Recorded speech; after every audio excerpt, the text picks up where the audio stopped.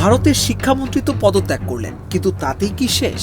যে আন্দোলনকে শুরুতে অনেকেই সোশ্যাল মিডিয়ার মিম ভেবেছিলেন, সেই তেলাপোকা বাহিনী এখন ভারতের সবচেয়ে আলোচিত যুব আন্দোলনে পরিণত হয়েছে। এক মন্ত্রীর পদত্যাগ তাদের প্রথম বড় জয়।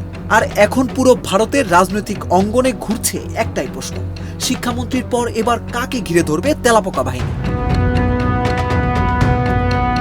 একসময় তেলাপোকা শব্দটি ছিল অপমান, কিন্তু সেই অপমানকেই প্রতিবাদের প্রতীক পরিণত করেছে ককরোচ জনতা পার্টি বা সিজেপি। সামাজিক যোগাযোগ মাধ্যমে শুরু হওয়া এই আন্দোলন পরে নেমে আসে রাস্তায়। মূল ক্ষোভের কেন্দ্র ছিল নিট মেডিকেল ভর্তি পরীক্ষার প্রশ্ন ফাঁস। লাখ লাখ শিক্ষার্থী বছরের পর বছর প্রস্তুতি নেওয়ার পর জানতে পারে পরীক্ষার প্রশ্ন আগেই ফাঁস হয়ে গেছে। এই ঘটনায় ক্ষোভ ছড়িয়ে পড়ে দেশ জুড়ে। আন্দোলনকারীদের দাবি, এই সংকটের কারণে বহু শিক্ষার্থী মানসিকভাবে ভেঙে পড়ে, এমনকি আত্মহত্যার ঘটনাও ঘটে। সেই ক্ষোভ থেকেই শুরু হয় লাগাতার আন্দোলন। অবশেষে প্রবল চাপের মুখে কেন্দ্রীয় শিক্ষামন্ত্রী ধর্মেন্দ্র প্রধান পদত্যাগ করেন।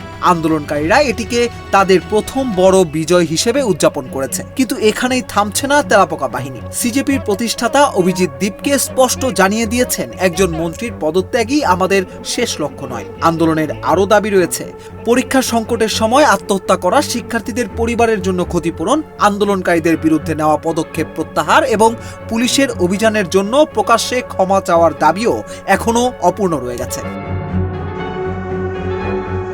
অন্যদিকে নতুন শিক্ষামন্ত্রীর প্রতি কড়া বার্তা দিয়েছে সিজেপি। তাদের ভাষায়, যুব সমাজ নজর রাখছে, এবার জবাবদিহি নিশ্চিত করতেই হবে।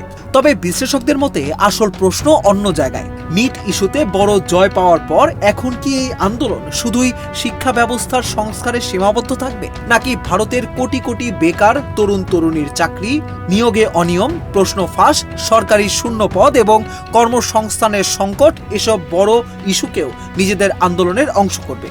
সবচেয়ে বড় বিষয় হলো, এই আন্দোলনের পেছনে নেই কোনো বড় রাজনৈতিক দল, নেই প্রচলিত ছাত্র সংগঠনের কাঠামো। Instagram reel, Telegram group, WhatsApp আর লাইভ স্ট্রিম, এই ডিজিটাল প্ল্যাটফর্মগুলোই তাদের সংগঠনের প্রধান অস্ত্র। এই কারণেই অনেকেই বলছেন, এটি শুধু একটি আন্দোলন নয়, বরং ভারতের জেনজি প্রজন্মের রাজনৈতিক আত্মপ্রকাশ।